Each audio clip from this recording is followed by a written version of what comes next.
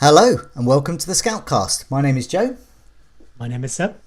My name is Andy. Welcome back, Seb, and hello again, Andy. It's green arrows all round for us, and no unicorns this week. In fact, we're going even further. We're gonna bust the myths and legends of FPL and the Unicorn Kingdom. Seb, what else is coming up in the show? I don't know if I can top that, mate. Is it green? Is it green arrows all around? By the way, did I get a green arrow? Yes. Well, I've given us all green arrows, whether we have. I'll take it. I'll take it. Did I get a green arrow? Yes. Yeah. I mean, I don't think I've moved in about 4 weeks, so that wasn't a play for anything special. That's why I didn't know. I'm like, oh, it's just the same rank again, give or take. Anyway. So we will, of course, first look at our Gameweek 12 roundups and see if I did actually get a green arrow or I'm just an idiot. We don't have any rough with the smooth this week because everyone did either far too well with the defence or was far too boring and got in Dennis for Rafina or something, you jammy scumsers. So instead, we are going to move on to discussing FPL myths, as Joe mentioned.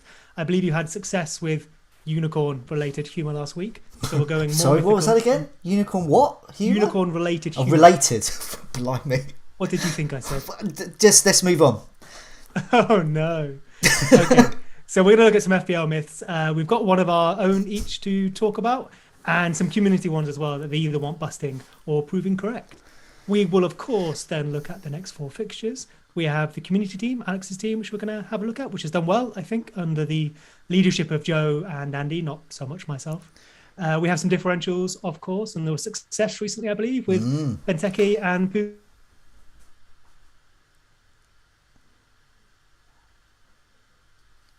Oh.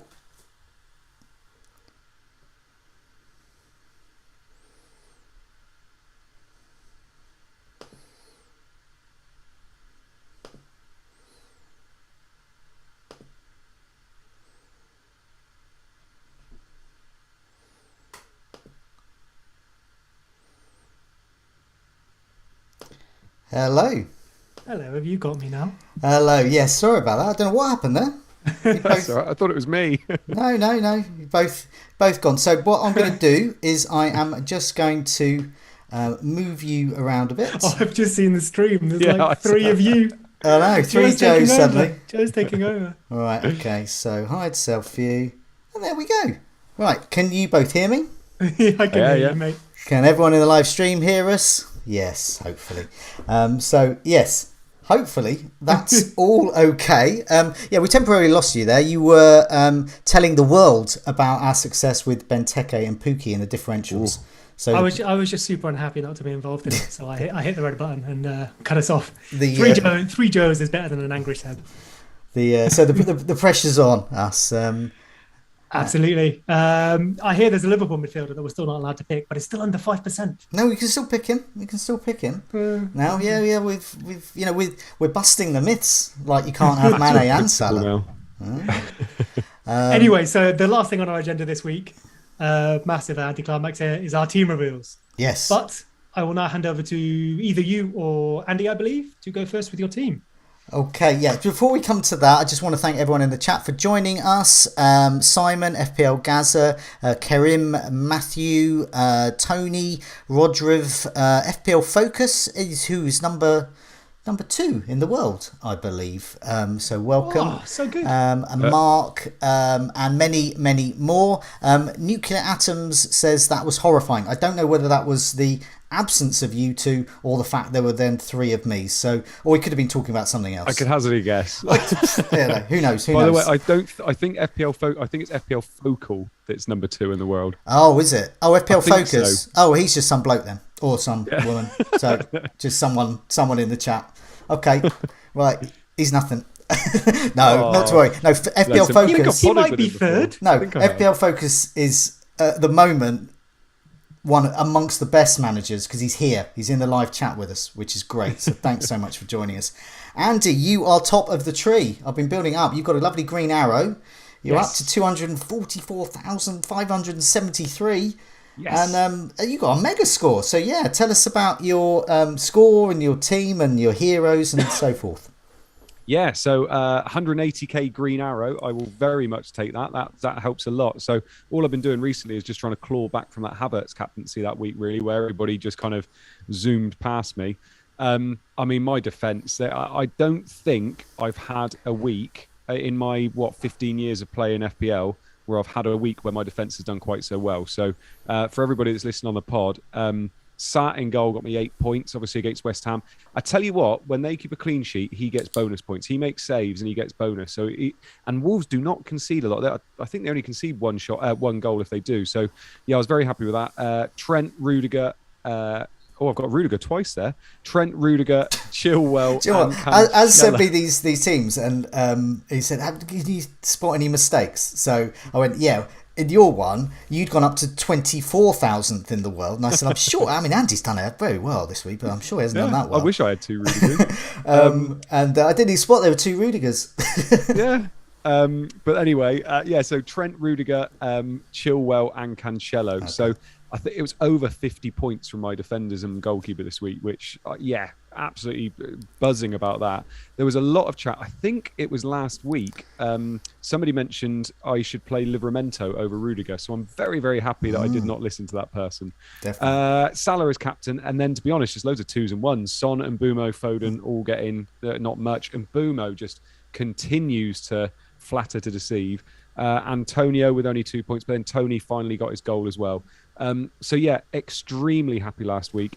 I flirted with captaining Cancelo at one point, but to be honest, I was just happy to go with the masses and captain Salah. So 87 points, 180k green arrow. Very, very happy indeed. So what the key to that though, before we move on to mine and Seb's teams, is the key to that is obviously you've got that spine of Alexander-Arnold, Rudiger, Cancelo and Chilwell and Salah captaincy.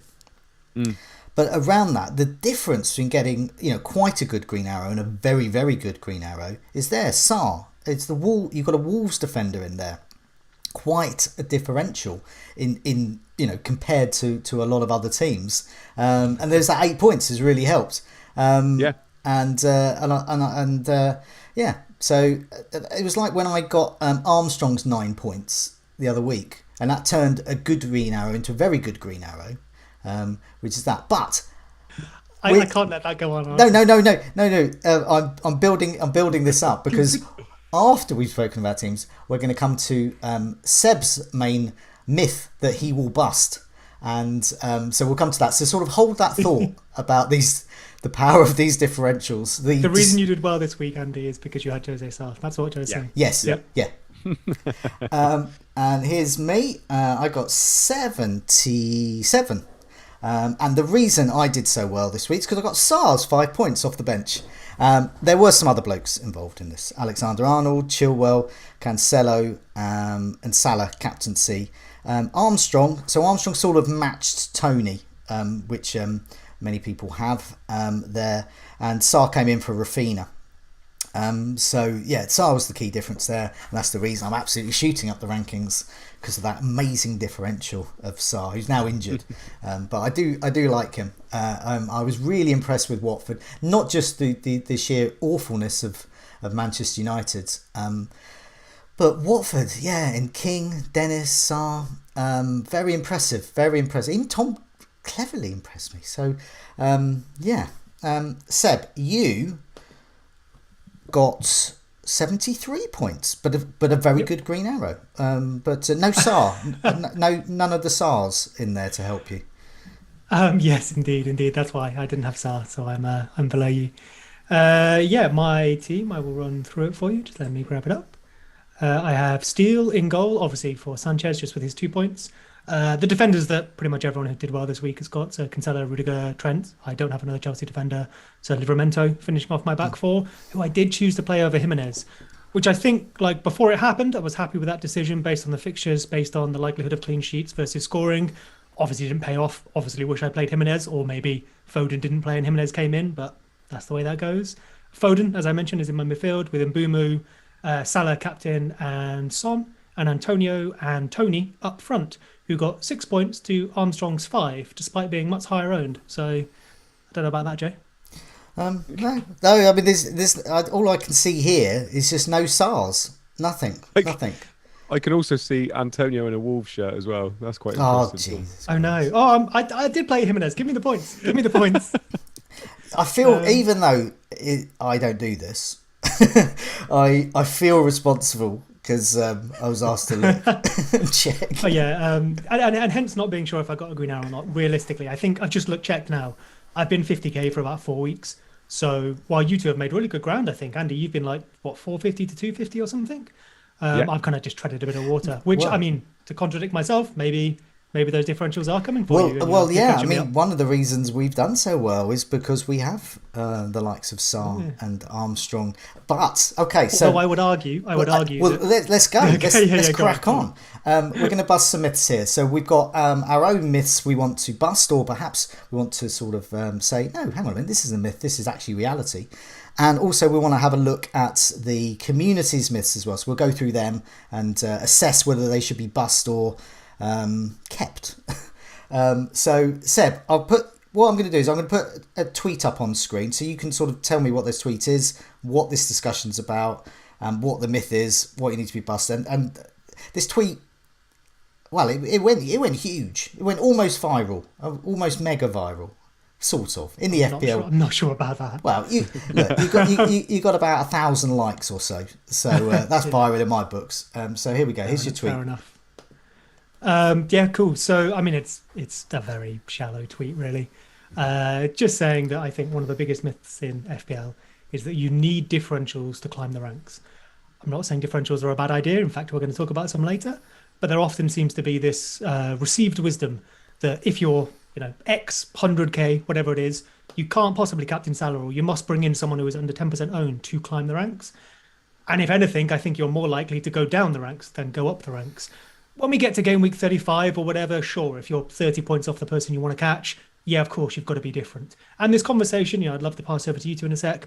There's lots of nuance to it. And of course, differentials are important in terms of the speed which you climb ranks or drop down ranks, of course. But realistically, it's a points game. It's a relative points game, of course. But if I get more points than you, it doesn't matter where they came from. If they come from an unlikely source, I'm more likely to score more points than you in 1 week, because fewer people are likely to have that player. But realistically, especially at this stage of the season, you kind of just need to focus on getting the best players you can. And I don't think it matters how highly owned they are or where you are in the rankings. Well, a related point just in the chat here, Ali has said to me, Saar is the reason we have green arrows, said Joe, but I don't mention that it's also what caused me to drop the previous 3 weeks. Au contraire, Ali, I've been getting green arrows the last few weeks, because Saar's been on the bench. And the thing I was going to mention about Saar is that just picked a goalkeeper who got a clean sheet, Martinez. I got 6 points this week, obviously 2 less than Saar. But the argument there is Martinez is one of the highest owned goalkeepers, Saar much lower. It was a 2-point difference. If Saar had got 20 points and all the other goalkeepers had got 1 point, you would have climbed many, many more ranks than if the reverse had occurred. But you still need to actually score those points. So it is the highest point scorers we want. It's just the magnitude of difference is what the differential accounts for. I think looking at all our ranks here as well, 93, 55, 244. These are all. I mean, there's 20 points between me and Andy, 20 points between me and Seb. I mean, we're all it's quite congested. So I'm quite happy at being this at this stage, because if I can. But what you were saying, avoiding these differentials, not really going for those differentials, perhaps for the sake of it as well, and going for the tried and tested players, and to steadily climb up the rankings. I mean, we're coming up to game week 13. I'm absolutely delighted to be where I am in the rankings at the moment, and if I can keep moving, 5k a week, 2k a week, keep going, eventually get into the top 10k, take it from there, and then when the bench boosts and etc. and the chips come out to play, hopefully I could push on there. That's the aim anyway. But perhaps I and other managers might have been in this position before, and then they think, I want to push on further. I think I'm going to captain someone a bit different, or I'm going to get this. This person's like 0.4% owned, so I'm going to get them in, and they can match Gallagher. They can match Reece James, and it's that feeling there, and that's what could cause a massive rank rise, but more often than not, it probably is going to mean a red arrow. So I think one last thing I'd like to throw at you before I'd love to invite Andy to speak on it as well is I think we maybe focus too much on individual players, individual game weeks. You know, you're talking about how much can I jump in one game week as opposed to looking at half a season or however long you want to look at. And I think an example that highlights it really nicely is the Cancelo, James, Chilwell, Trent backline. All of them are 25 to 35% ownership, if I recall. But only 5% of managers own all four. And in the top 10K, only 14% own all four.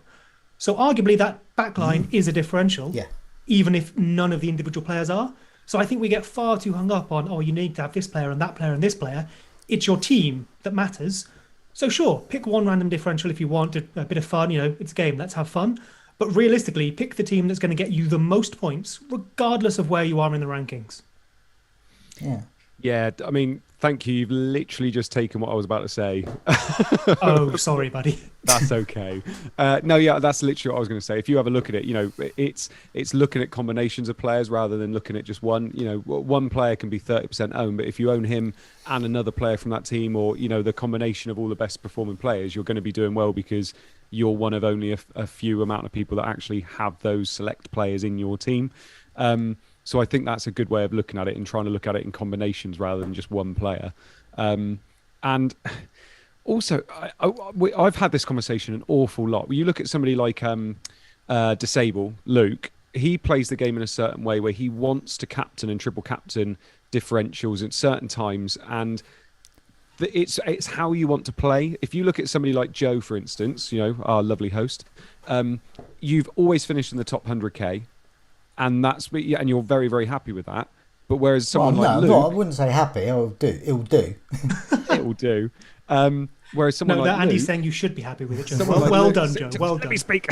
Someone like Luke might have a season where he finishes 1 million, but then also might finish second one season because there's very, very different ways of playing it like that. And I think you've just got to know yourself as a manager and know whether you want to go for differentials, want to have a bit of fun, but also be wary that it can also lead to misery, and you've got to be happy with the shots you take.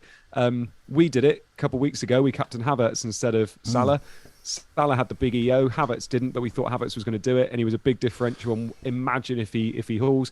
He didn't, but the people that took the shot hopefully were happy about that, because you're going to have those shots every now and again. But I do just think, I think people get hung up on EO an awful lot and get hung up on these differentials when they don't really need to. You were talking about combinations as well. So is there any advice you would give around those? I mean, I guess an obvious one is you want to get the goal scorer and the assister of that combination, and it doesn't matter what their ownership is. They both could be 90% owned.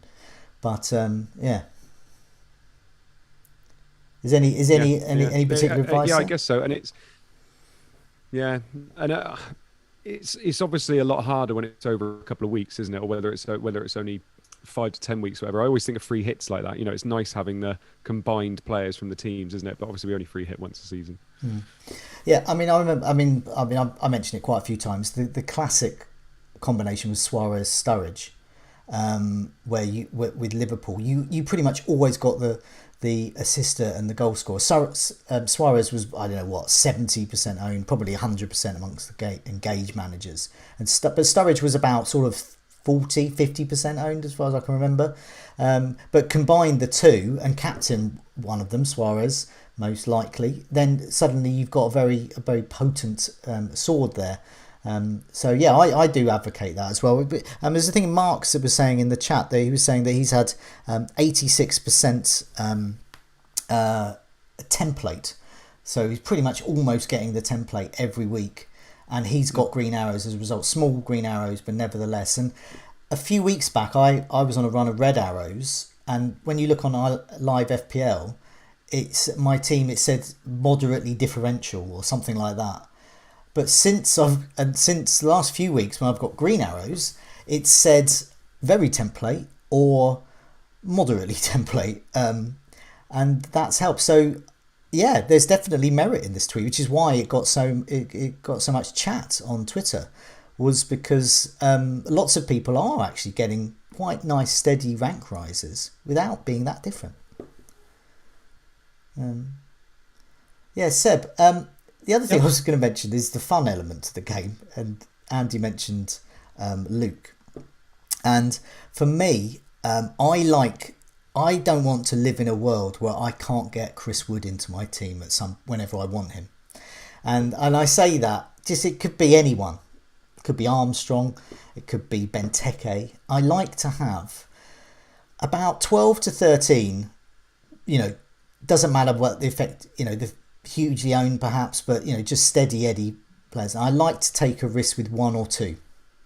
And usually for me it's a third striker, it could be a defender, or it could be that fourth midfielder, but not too many. I don't have more than 2 or 3. If I end up with more than 2 or 3, I'm get a bit worried.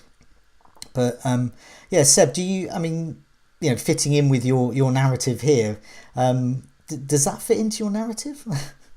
I mean, it's a game. If that brings you fun, do it. I mean, we spoke. Was it last time I was on or whatever? The impacts of FPL on mental health.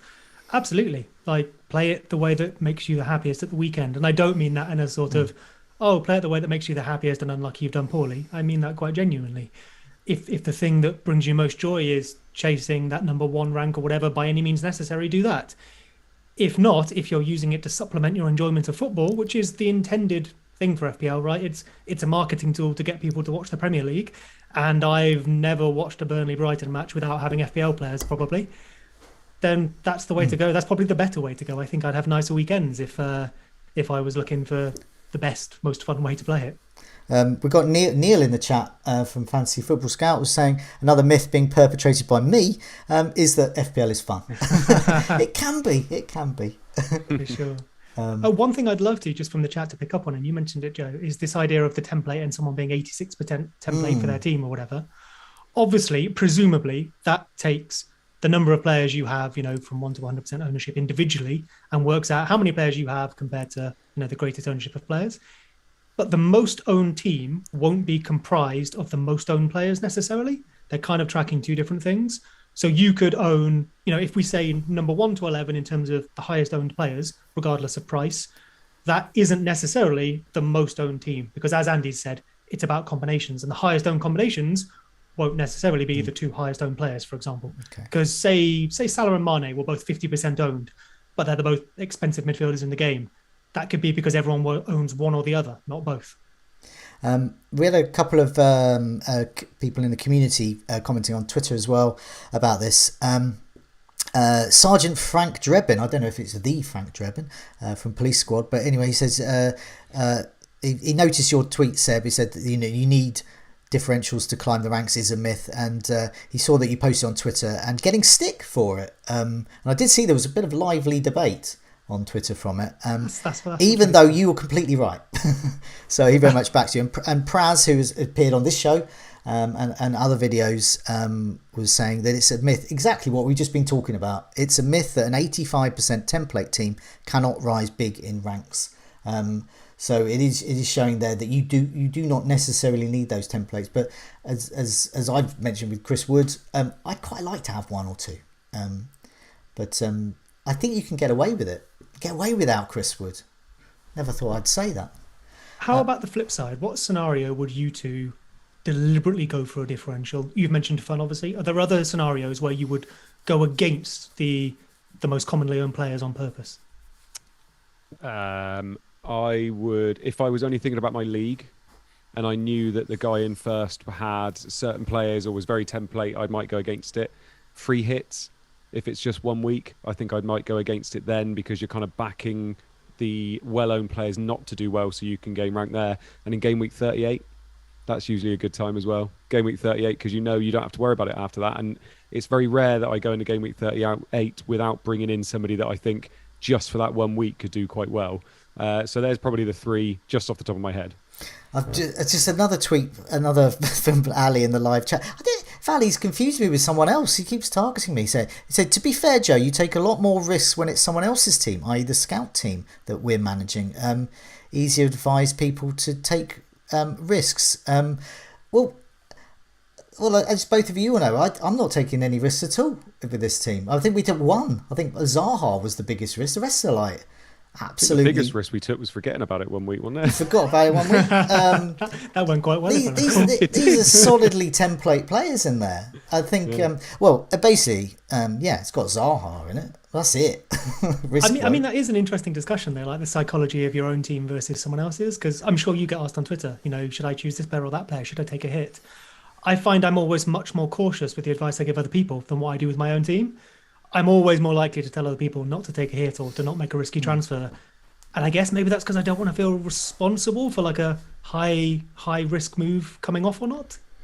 I try and find out a bit more about what's behind it as well. So, for example, if you say, shall I take a hit to get Reece James in?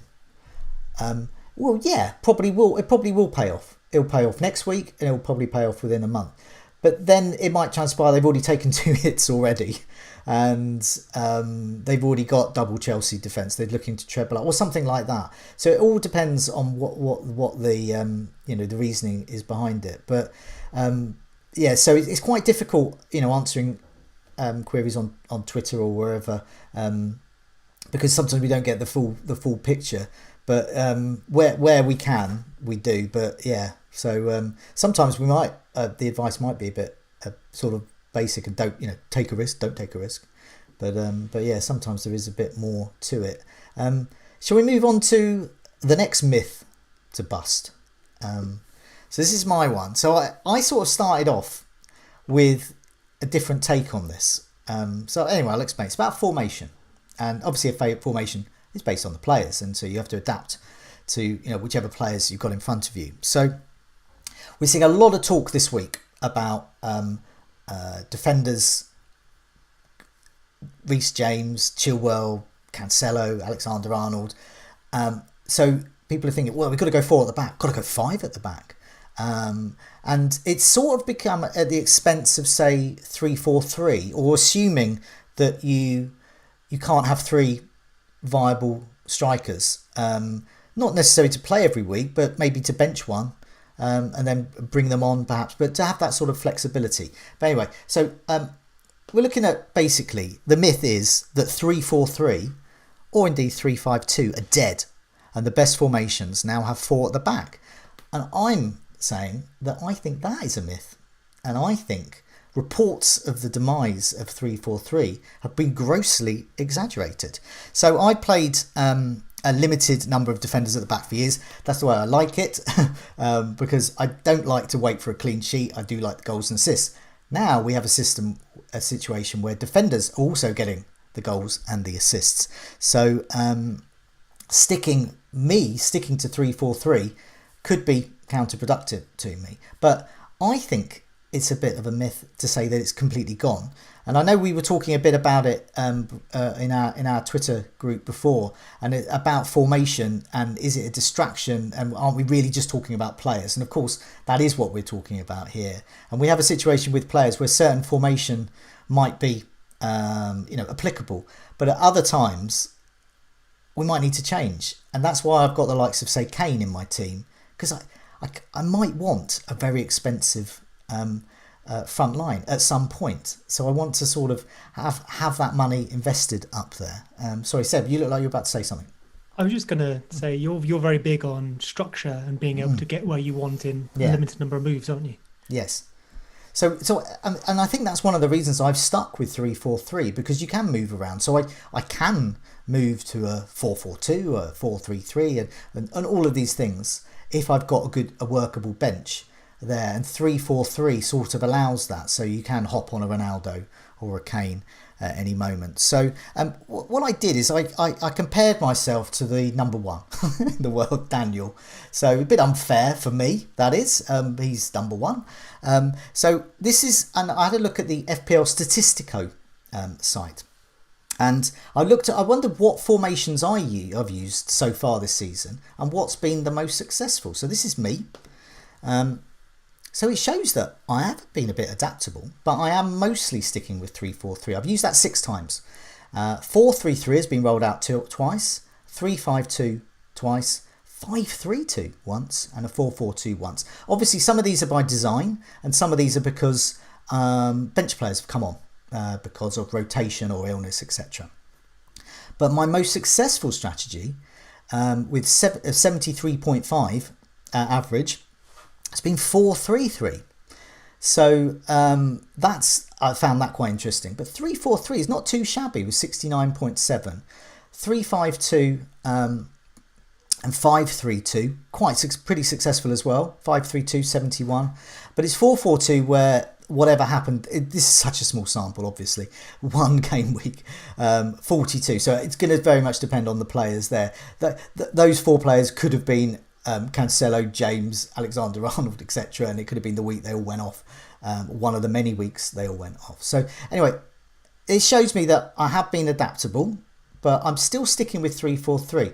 But I looked at the world number 1 and I was expecting to see loads of 4-3-3s. I was expecting to see 4-4-2, 5-3-2s. Well, have a look at this. This is Daniel and his formations. 3-4-3, 8 times. 3-4-3, and it's his most successful, 83.6 on average, using that 3-4-3, that tried and tested 3-4-3 formation. 4-3-3 is used twice, 68.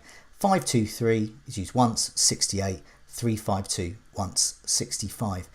Small samples. I found it interesting though that this week the narrative in a lot of other podcasts, a lot of other videos and articles, etc., is go big at the back.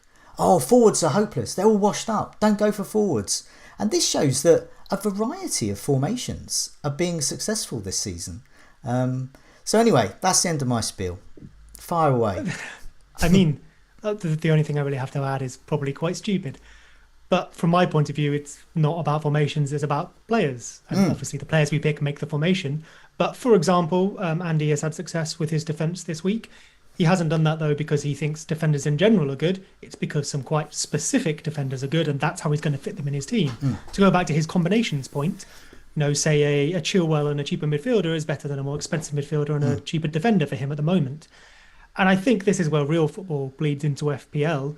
If people like Reece James, Trent Alexander-Arnold is probably the poster boy of this, Leighton Baines a little while ago, if they're going to start scoring more points, because in real life, Trent is not really a defender if we think in the traditional Gary Neville defender sense, then of course we're going to start moving moving our price points and our options into the defence, because that's where the points are coming from. Whereas in the past, they were coming from strikers, midfielders, whatever. And it will change again, right? We'll have some injuries or Harry Kane will suddenly show up, Cristiano Ronaldo will show up again, and we'll be trying to switch our teams up again. I just wanted to answer a point from Shani Rassel in the live chat. He got a bit lost in my spiel earlier. Apologies for that. And it was a particular point I made. I was saying I pick 3-4-3 because I can change to any formation, and he didn't understand that. The reason I say that is because that is a sort of a very moderate formation. It's a bit of everything. I'm not investing everything in 5 at the back and having 2 very benchable strikers. What I mean is I've got my money invested up top. I've got a sort of a breadth of players there that I can get, and so it means that I can move around a bit. So it means with a 3-4-3 it's very likely that my bench players will be a 4.5 midfielder and a 4 million and a 4.5 million defenders. So in an era where we have the likes of Livramento and we previously had, say, Duffy, I found that at the moment and in previous seasons to be quite flexible. I hope that makes sense. I just find 3-4-3 to be quite flexible. But he also says that I'm quite defensive about it. I'm not really that. I mean, honestly, I really don't care. But it's just something that I found quite comfortable in playing with. Andy, what do you think about formation? Do you care about it? No, not really. I think you've got to adapt based on each season and based on what you're seeing in, the most recent bits that's been happening, basically. And for me, this season, I think going with 4 at the back makes complete sense because we've got 4 defenders, maybe 5 defenders that are just absolutely out of this world at the moment. For me, I cannot see a world where you can't be owning Trent. That's got to happen. You've got to own Trent. He's probably the one of the best players in the game, really, as well as Salah. You've got to be owning someone like Cancelo because you need some City covering. He's just playing unbelievably well at the moment. And for me, you've got to have one of Reece James or Chilwell. And to be honest, I'm starting to think you just have to have both. There's not a world where you can't. You know, you're watching these players, and it's like Trent Alexander-Arnold and Robertson from Liverpool all those years ago. I say all those years ago, 2 years ago, where we were watching them thinking this is. And in some ways, I think they're better. They're both getting forward into the box, having shots, which, Robbo and Trent were better for assists, weren't they, that year? But I just look at it and think there's 4 there that I'm going to rely on as well. And people are worried about rotation. Obviously, Christmas coming up, and we're going to talk about that a little bit later as well. But I just look at it personally and think 4 at the back for me. I was toying with the idea of playing 5 at the back. I was toying with the idea of having Rudiger in there as well, because I've already got him. And I think you've got to adapt to it based on the fact that this season we're seeing that they are the most reliable assets. When I look in midfield, people talk about Jota, people talk about Son, people talk about Mount, Havertz. They're not reliable. Like they genuinely aren't. They're either injured or they're in and out of form. Whereas these defenders are just killing it every week, and you've got to jump on it while it's happening, because look what's happened to me this week. Massive green arrow because I own as many as possible. But one thing I will say is, and it was quite interesting when you were bringing up those formations there, Joe, I played 3-4-3 in game week 9 when I captained Havertz over Salah.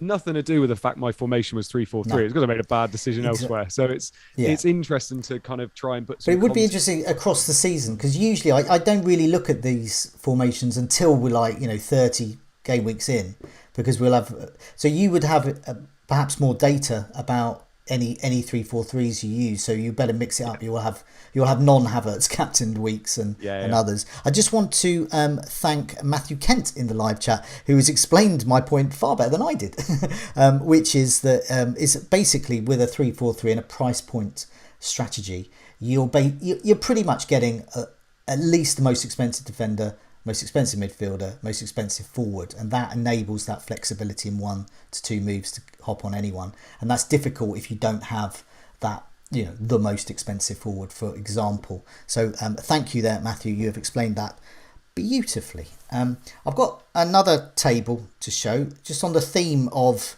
is it a myth that the certain formations are dead? Is it a myth that certain formations we should be going for? So I haven't really got a narrative about this, so people can make up their own minds. So this is the top 10 players of the last 6 game weeks by minutes per XGI. There are obviously other metrics available. You could look at double-digit hauls, you could look at shots in the box, chances created, whatever you want to look at. Please don't look at double-digit hauls. Or anything. Or you can look at Rafinha's 9 points every week. So your 9-point hauls. But nevertheless, this shows you that in terms of minutes per XGI, Firmino, if available, is a great option to get in here. And it so happens to be a differential, but nevertheless, he could be well owned. But what there is there's 1 defender in this list. There are 3 forwards and the rest are midfielders. You would imagine there would be more midfielders, because more midfielders are playing in goal-scoring roles for their teams. But also there are just simply more midfielders that you can have in your squad, and more midfielders in the game.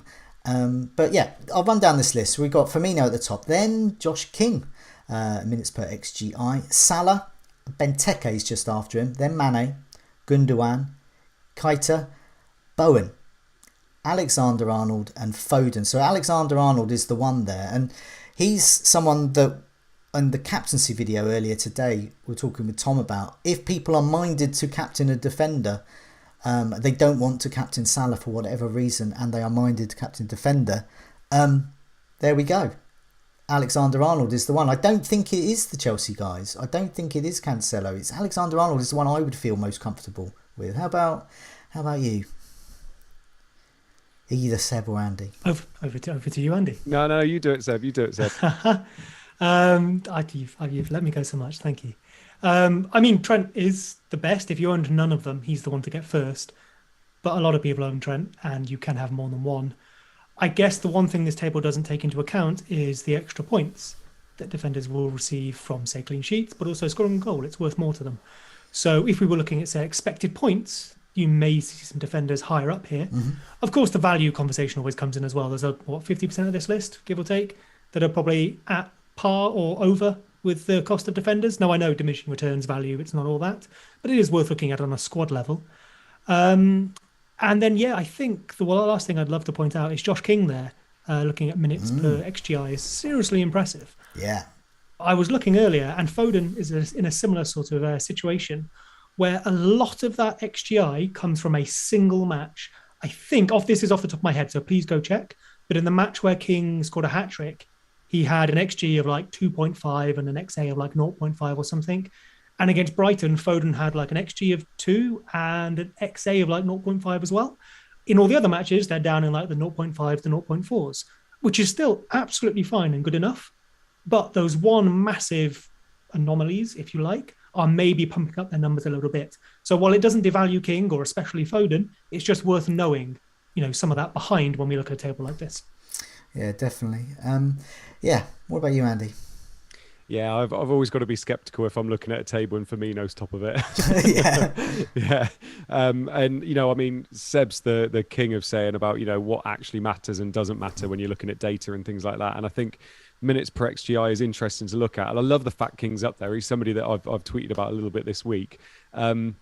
For me, the ones on that list, I think they are interesting, the people that we're talking about as well. Benteke is interesting. Joe, it was obviously his differential last week and he did very well. Bowen's the other one. Loads of people are talking about Bowen too, and I really like him moving forward. I'm actually going a little bit down the road of getting rid of Antonio and having Bowen instead, because I quite like that. I feel like Bowen's probably better value at the moment. Do you know what? Antonio's looking very tired. I'm starting to think that I quite as like well. it. I think I said a few weeks back, if I was wildcarding that particular week, I'd probably ditch Antonio for Bowen, because Bowen was the guy who was getting the stats and getting the actual points. But I haven't gone through with it. Weeks have gone by, but now could be the time. It's tough to I think earlier in the season, Andy pointed out that Bowen's numbers were matching, if not superior, to Benrahma's, but he just wasn't getting the returns. Right, let's move on. Now, I like the title of this one, but it's probably about more things. Andy, it says here, is Keenan Davis a myth? Is Keenan Davis a myth? Yeah, so I didn't come up with the title, by the way.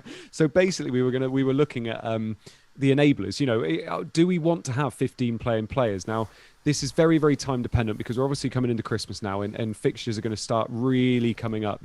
As soon as I see on the FPL fixture list that Amazon Prime's got the games, I know that we're going into midweek fixtures. So that's obviously happening now.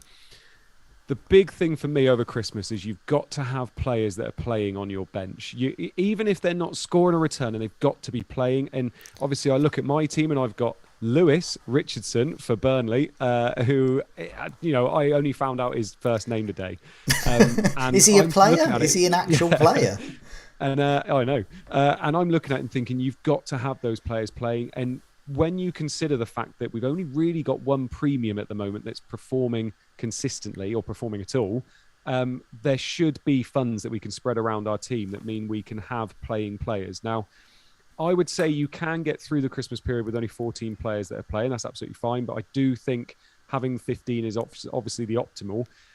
But what I did ask Joe to do was to just have a look at who we think are the best enablers so far. So having a look at stats, having a look at that kind of stuff. And he's got a little bit of a table to show us. I'll put the table up here. And so, you can sort of go through them and, tell us who you think's good and not so good. I'd love to. So here we go. Here's your table. Lovely. So I'm just waiting because the table isn't up yet for me. I will happily jump in and fill that gap if you like, because well, you're going to give the chat away, are you? No, you. You got to give the chat away, Mr. Tripwire YT. Oh no! I mean, you just got to give him a wave. There we go. Furtive. Guys, like the Queen. Oh goodness! I was just going to say that when you mentioned that, the reason I laughed is my transfer this week. Well, transfers probably sums up all our myths quite well, and I think I've done bad things for all of them. But I've definitely brought in Keenan Davis, and I definitely now have him on my bench, and I feel bad. Myth. So thanks, Andy. He doesn't exist. I did it. What I like is I did it to get Reece James as well, who obviously would be considered, I guess, the opposite for differential, but I don't have him or Chilwell. So I've tried to move to make my team more template by getting in a player I shouldn't, and I should probably just give up now. Well, Joe has beautifully brought up the table here of the best enablers, so the best cheap players, basically. And I think there's players on here that have done consistently well as this season's gone on, or are a bit of in form at the moment, we should say. And I think there's some good players here that we should actually be considering. And, Josh King and Denise as well, who are both on there, I think are great options. I genuinely think are great options. I think King is probably going to be on penalties now as well. I know Sarr is injured, but because Sarr missed 2 of the penalties he took this weekend. Hudson-Odoi, I think, is somebody that I would love to have, but I think with Lukaku being out and there's somebody else that was out as well, probably means he's had more game time than we would have expected. And Timo Werner as well. And Pulisic and a whole bunch of them. Yeah, there's been quite a few, hasn't there? And he started tonight as well. The Brentford boys obviously appear here an awful lot, and actually they're being slept on. And unfortunately, we've all picked Mbumo like I did, and he was definitely not the best one to go for. So players like Norgard, Canos, who I'm going to be talking about later as well, they've been genuinely very, very consistent this year. And, Canos even this week got a 10-pointer. So they're definitely worth looking at, because I think even in tough fixtures, I feel like Brentford could still get us some points. And then as you get further down, I think you're struggling a little bit because you tend to get into the defenders. So for me, defender differentials, I don't think you really need, because cheap enablers, because to be honest, we've all got either the big 4 and then Livramento, or we've got, I don't really feel like we need it. So for me, I genuinely like King and Denise. I feel like when Denise plays, he does incredibly well. And King, like I said, seems to be on penalties now. Obviously, that is after a very good game against Manchester United, and they won't be playing Man United every week.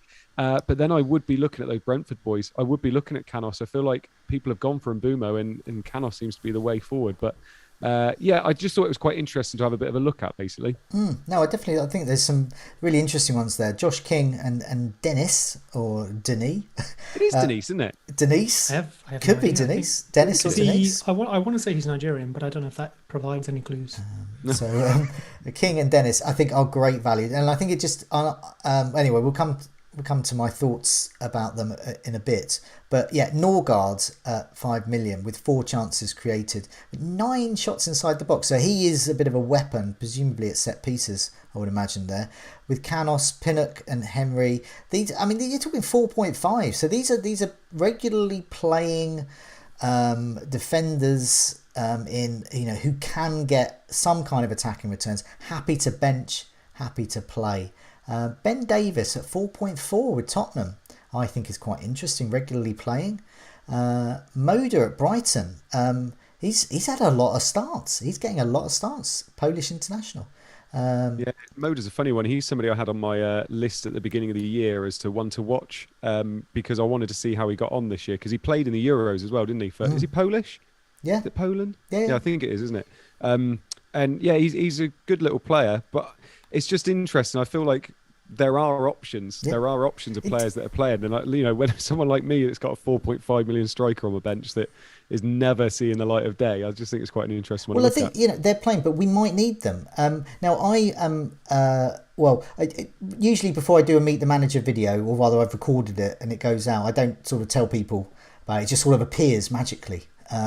But thanks to FPL Partridge's social media skills, he put up a tweet about it today, which is now deleted. So I'm interviewing Greyhead, and it was a fascinating chat. And one of the things that he mentioned to me was that by this time last season, in my team, I'd had one of my bench players coming on. So I had a pretty nailed on rotation-proof 11. This season, 8.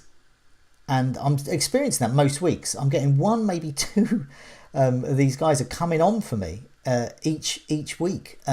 So already we're needing quite a deep bench. And we're not even into Christmas yet. We're not even into a stage where for tonight, Reece James and Chilwell have started.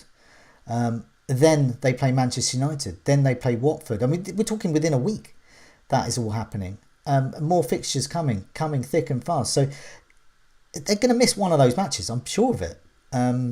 So we're going to need Henry. We're going to need Pinnock, Canos, Josh King, Dennis, Norgard, all of these guys here. But if we're sitting there with Keane and Davis, or I know Seb's got him in now, but if we're sitting there with Street, the mythical Palace striker, who I don't believe exists, if we're sitting there with them in our team, we might not be getting access to potentially some nice points off our bench. So we said, were you stick a fork in me? are you? Dan.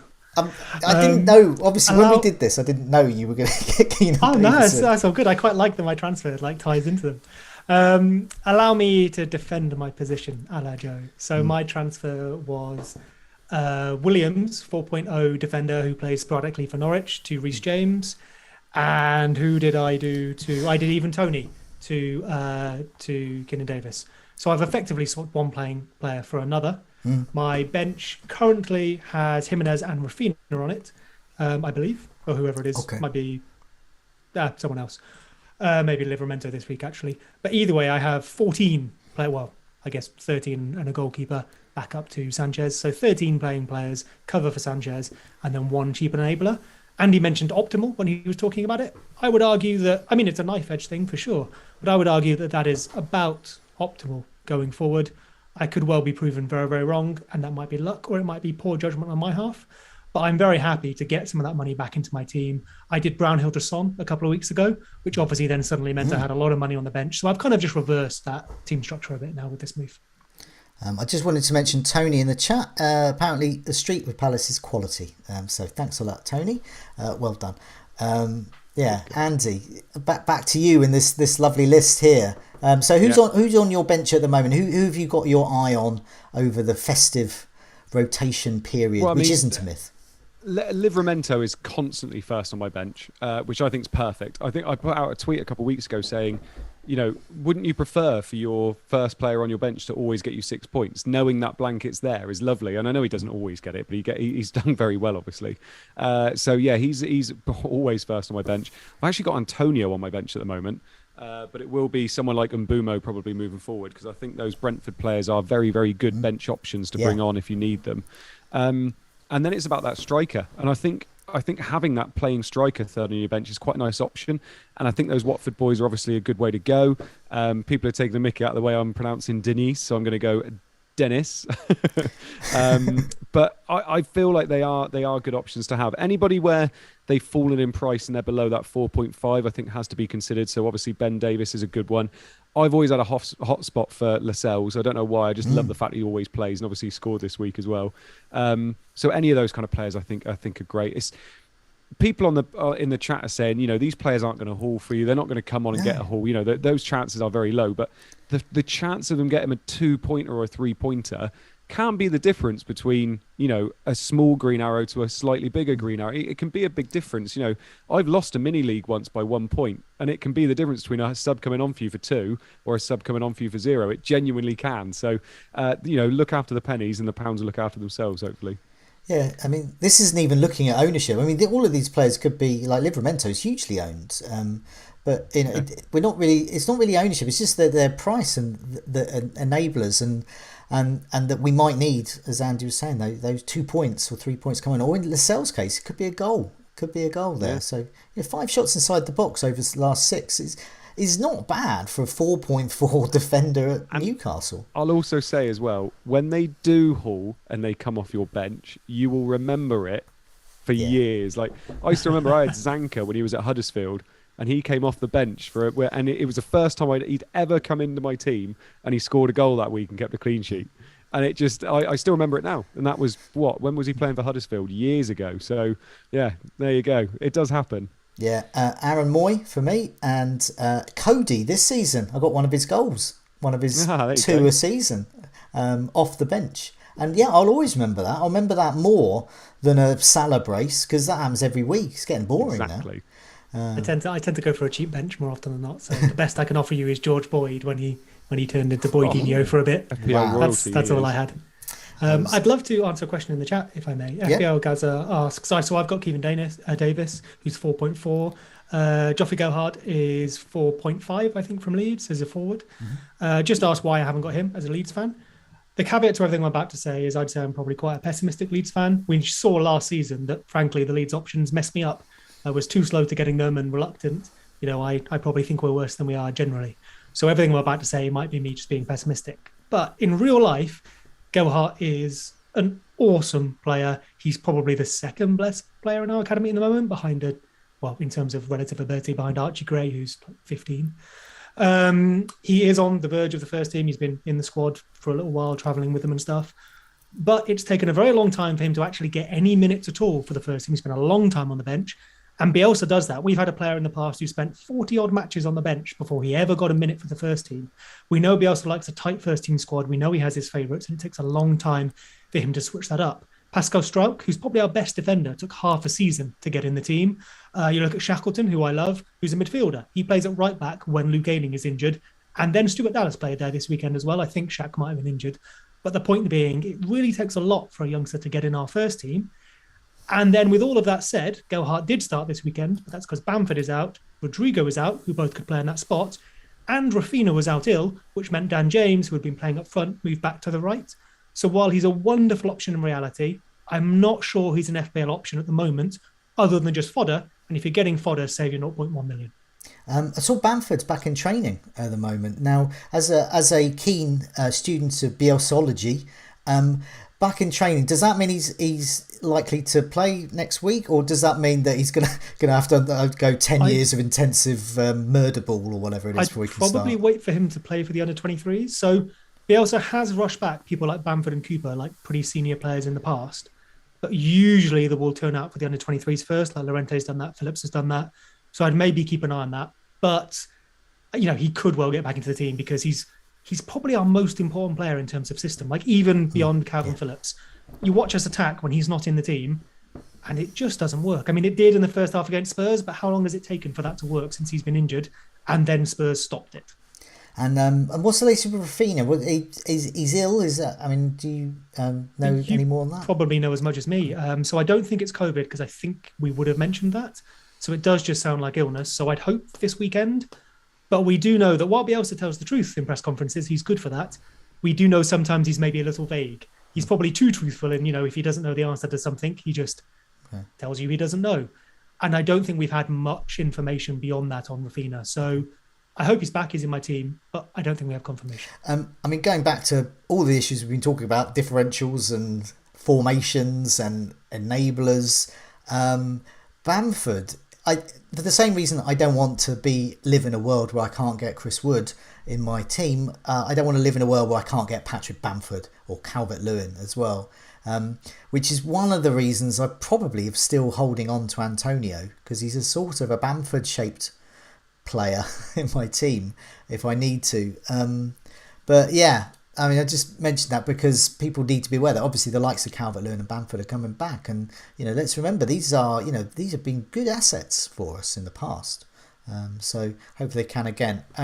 Before we move on to looking at the fixtures, I've got my goals imminent table just to this. This hasn't got any sort of enablers as such, but it's got one actually.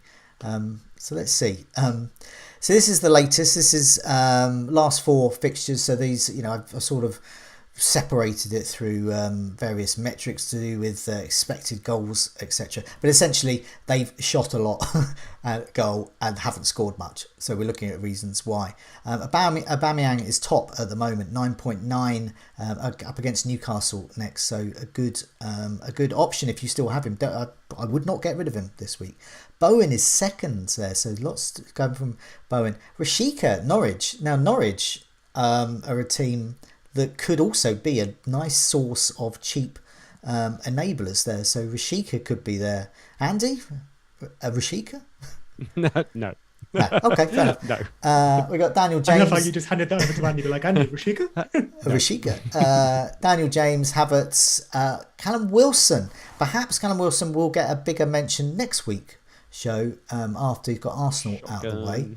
Ronaldo, who could get a bigger mention soon should the interim managers of the interim manager assistant in whatever once they've got themselves sorted out, Ronaldo could be a nice option when Manchester United's fixtures improve and they have some kind of team that's worth getting. Armstrong, my man, Adam Armstrong. I think it's time for Adam Armstrong to leave though. Although the stats say that there could perhaps more come from him, but I can't see that at Liverpool.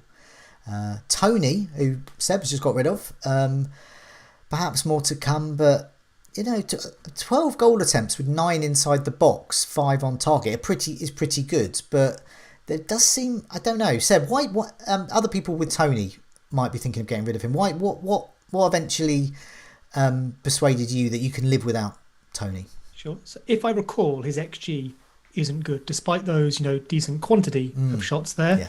The quality isn't really there. Last time I looked, I do have Mbeumo as well. So I do have some Brentford attacking coverage, if you like. I prefer Mbeumo in terms of an option, in terms of price, in terms of potential points, and his numbers are a bit better, despite the fact that he can't flipping not hit a post. And the Brentford boys were basically a fixtures play for me, which is kind of coming to a close now. I got some points from Tony in the end, which was fine. I think my forward line is Jimenez, Tony, and Antonio. And if I was going to lose one of them to mean I could get James in, Tony was the one I selected. Okay, yeah, no, just interesting because Tony's I've seen him in a lot of teams, and people might be getting sort of itchy toes, Tony's, or whatever about him. So just before we move on to fixtures, remember we've got a few more community myths here. So what I'll do is I'll read these out. These are myths from the community. So I'll sort of fire them off. I'll alternate it so that we can sort of speed through bits. So let's go with you, Andy, first. The myth from HY Liverpool and many others, don't captain defenders. And he's suggesting that Cancelo, Arnold, Chilwell, TAA are all valid. What do you think? Is it myth or not myth? I think it's slightly less of a myth this year, and I think you can captain defenders this year. But we got to remember we got Salah sitting there who's the best player in the league at the moment. So yes, the problem with captain and defenders, and I've done it once or twice as well, is that it only takes a mistake that is nothing to do with them, and all of a sudden they've got 2 points, and it is an absolute killer because. I can tell you now, there will not be many people that week that are captaining defenders like you are. So if you see it and you think it's going to happen and it pays off, then lovely. But I can probably count with one hand how many times I have captained a defender in the last couple of years. So yeah, there's probably a reason for that. Andy, you need to plug your Cancelo shout this week, though. Yeah, no, I did say, I went with Cancelo this week in a thread thing, and it obviously came off quite well. But I won't go on about it too much. Red Hot Chili asks, don't take a hit for a defender. That's the myth there. So Seb, do you think that's a myth or not a myth? I mean, I'll take the boring answer of it kind of depends on the defender, right? If you're desperate to get in Trent, your defence is falling apart and he's got Norwich next or something, maybe it is worth it. It's probably slightly less worth it than all the rest of the team's players in your team. But as we discussed earlier, someone like Reece James, someone like Trent, if they were midfielders, would you suddenly be okay taking a hit for them? If yes, then it's fine taking a hit for them as a defender. But I guess to lean on Andy's answer a bit, because we know their points can disappear in a moment, and psychologically, right? Their points appear for a bit at 60 minutes and then disappear. You're watching a whole match hoping something doesn't happen as opposed to hoping something does happen. It can be a bit tougher. So after goalkeepers, they'd probably be bottom of my list, but it is going to depend on the player. Andy, this one is fitting for your Christmas enablers. Major League Shocker asks, this is the myth that benching headaches are a terrible thing, and he wonders, should we in fact be embracing them this year? So 100%. You want your bench to get points. You want your squad to get points. That's the whole point. If your bench wasn't getting points, all of a sudden you don't have options in your team. Like you want to have picked good players, and I hate it when people say people get lucky when they get benches off, points off the bench.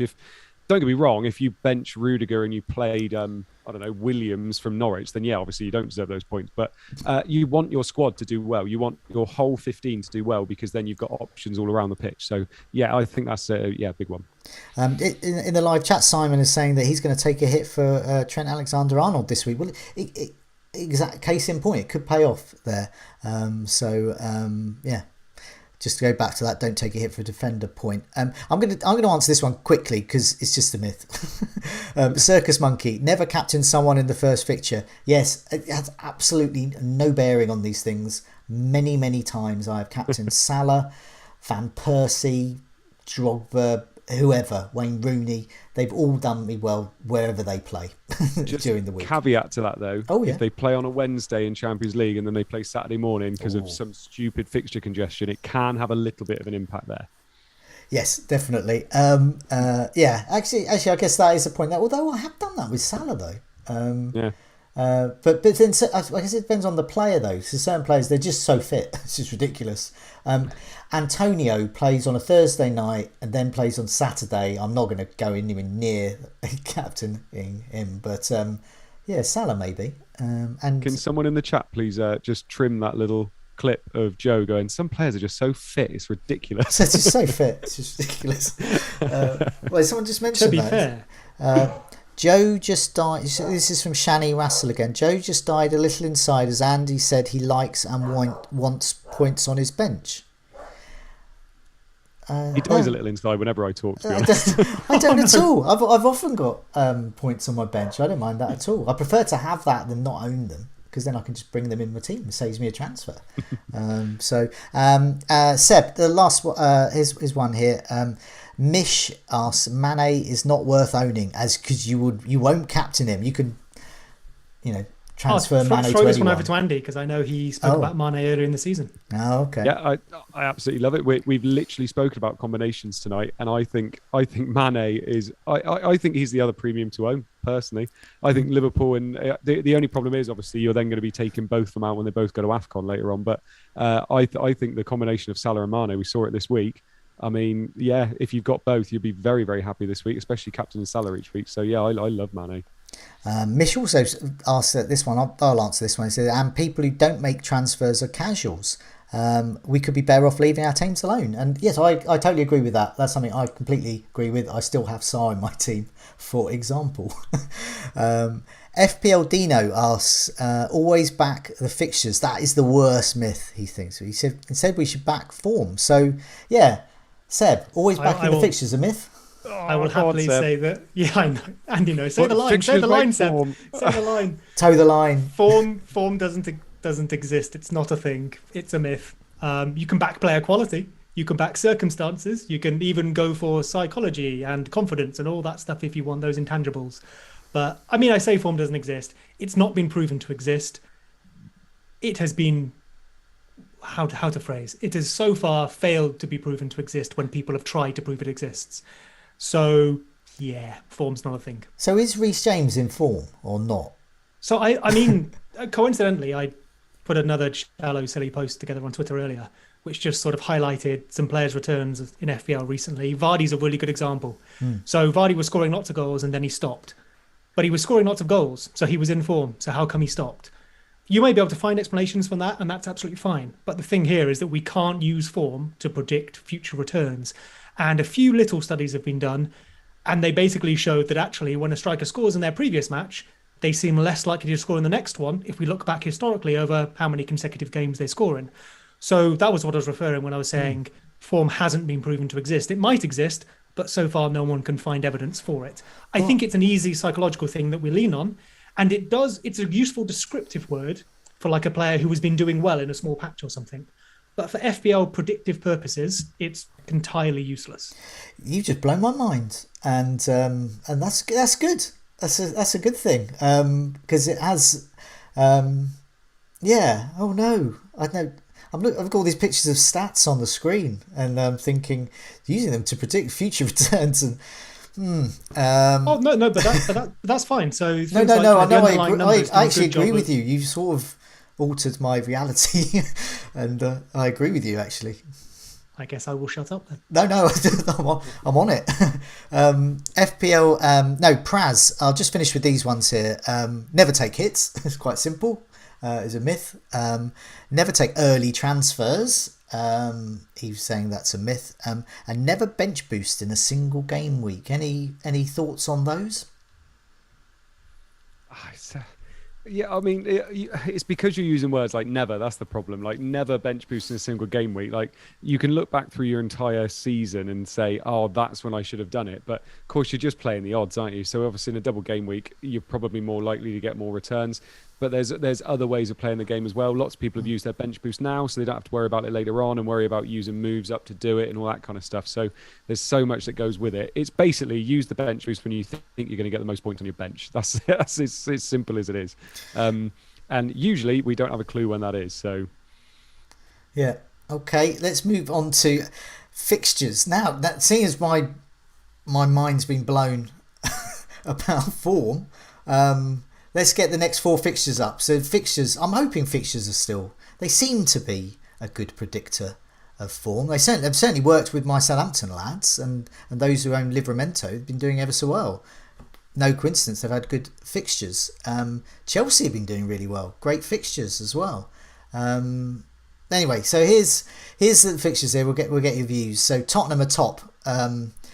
Burnley, Brentford, Norwich and Brighton. There's probably wishful thinking there, but that form will follow these fixtures. But I think more lack of ketchup in the canteen might do more. Leicester, Watford, Southampton. Watford have got Leicester have got Watford. I'll say it again. Leicester have got Watford, Southampton, Villa, and Newcastle. That's a really great run. But yeah, what do we think about Leicester? Because fixture-wise, they've got great fixtures, and if it's difficult to predict form, and form doesn't even exist anyway, what do we do with Leicester then? Because should we get any of their players in or? So I guess, like, obviously, just to be, I don't want to try and cause controversy where there isn't any. When the word form is completely valid, it's a good descriptive term for things that have happened in the past. It's just not useful or doesn't exist for predicting the future, because the only thing we know for sure about form is it always ends. Salah will stop scoring at some point, and you can't predict when that's going to be. But when we're looking at, say, a team being out of form or in form, we're usually just saying that in the last few, they have performed, say, above expectations consistently. That's entirely fair enough, and, is a much quicker way of describing it than I've just done, which is why the word exists. So over to Leicester, it would be fair to say they are out of form or in form, and then use that to say, okay, how do we think they will then fare in good fixtures? Now, personally, I believe that fixtures are a very large part of whether a team will perform above or below their previous level going into those fixtures. So I look at Leicester's fixtures, and I do think those are attractive.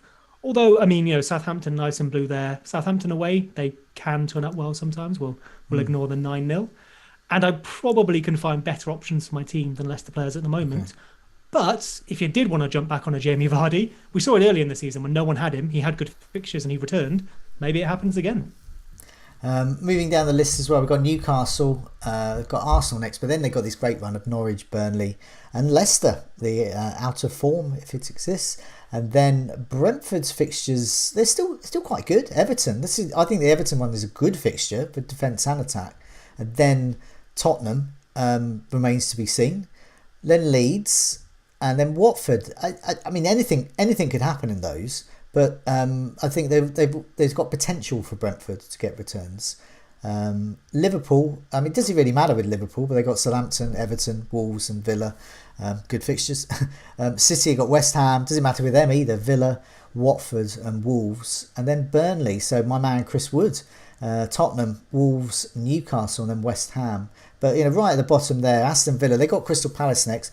Very promising signs from Steven Gerrard's start as a manager there against Brighton. So they've got Crystal Palace next, but then they've got a pretty bad one. They've got City, Leicester, you never know, and then Liverpool. So as soon as you see Chelsea and Liverpool, City, Liverpool, that kind of thing in a run of 4, you think, I'm not going to get too many returns there, I don't think. And Watford, I like the look of, and we'll come to them in a sec, but Leicester, I think, is a good fixture for them. Chelsea, Man City are not. And then Brentford. And then their fixtures get quite good. So with all this in mind, let's pick some differentials. So Seb, do you want to go first?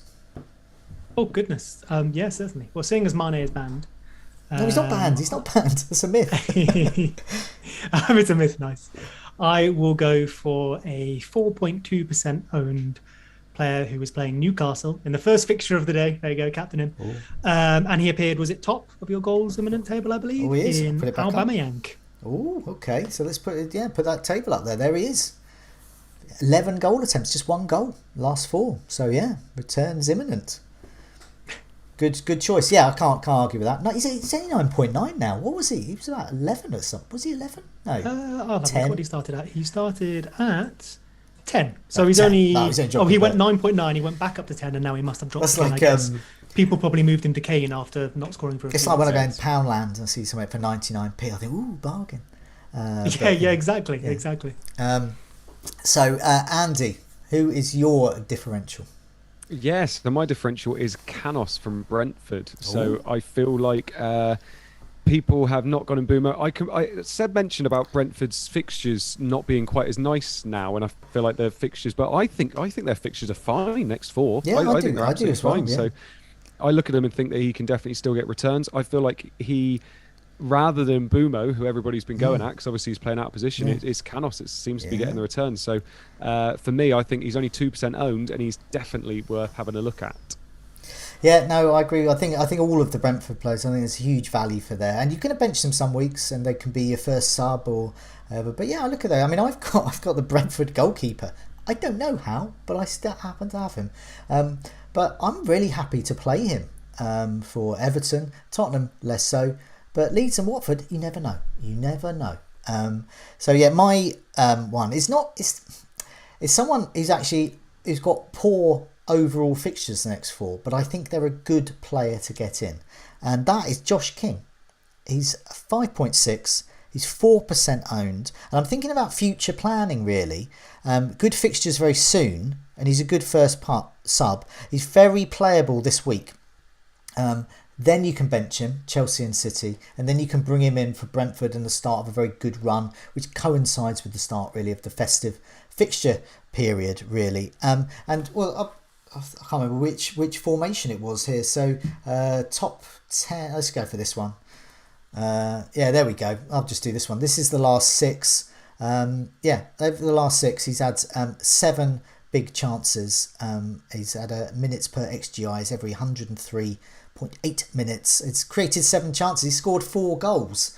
These are great returns. I'm very, very keen to get him in, and I'm very tempted to move Antonio to him, play him this week, then just bench him, and then I've got a nice first sub, a really good first sub, I think, and then I can just bring him in for those fixtures there, and saves the transfer down the line, because I think people might look at Watford enablers a bit further down the line for their attacks there. So last 4 game weeks, he's done very well as well.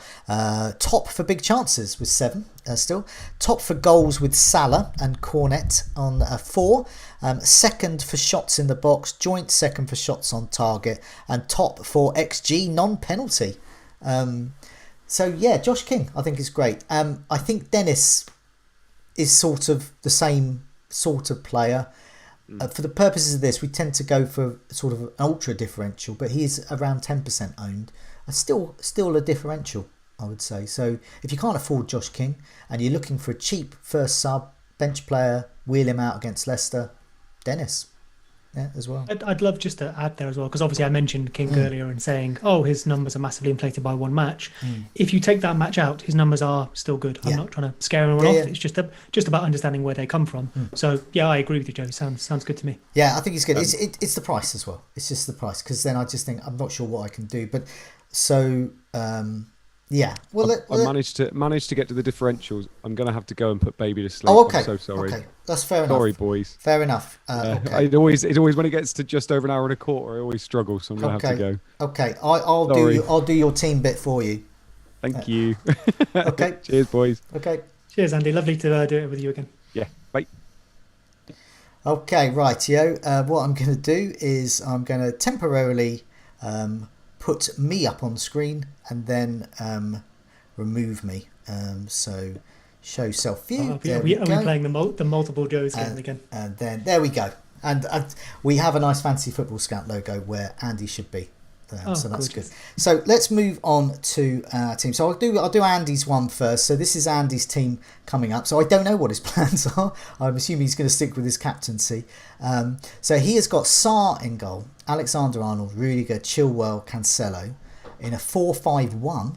So we're talking about formations. So he's an example of looking at different formations.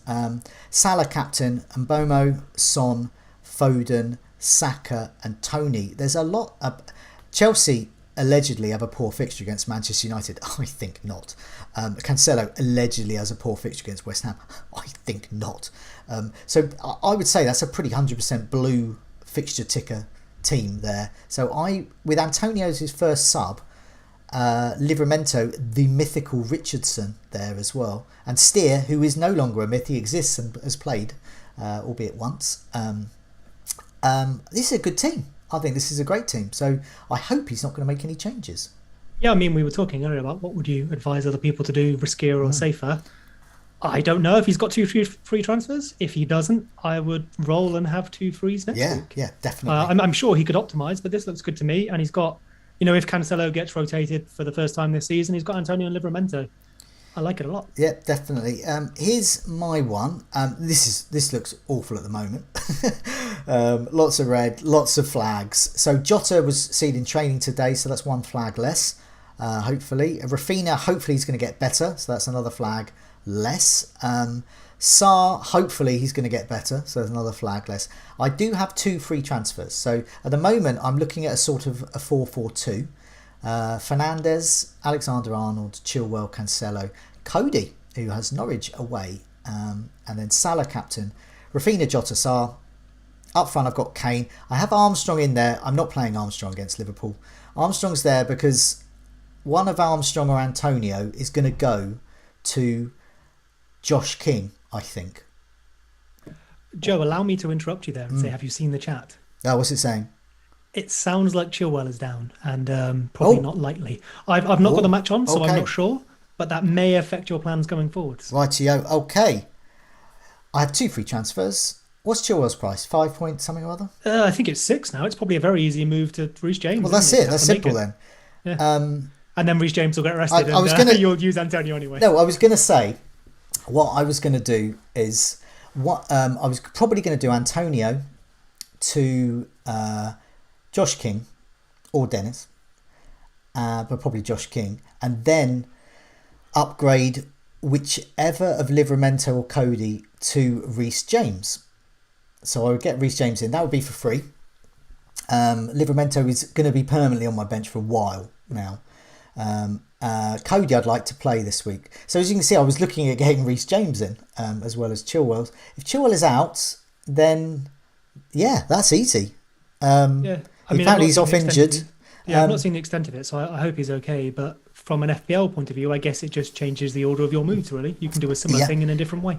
So basically, in a way, that's slightly better for my team, but I do feel sorry for anyone who gets injured. So Chilwell to James, done, and then Armstrong to Josh King, and then Antonio will come back in. So Antonio will get a reprieve because of that, probably. But let's see. Worth noting, Andy's got Chilwell as well, and I think he has Reece James, doesn't he? So, but we mentioned his bench was good, so he may be happy to hold. Yeah, he's got a very strong bench. I don't know what he'll do there. I guess if Chilwell is out for a while, and of course we hope he isn't. You're going to say the name, aren't you? Oh, yeah. I've stolen it off. No, you are, yeah. And yeah, it's a tempter.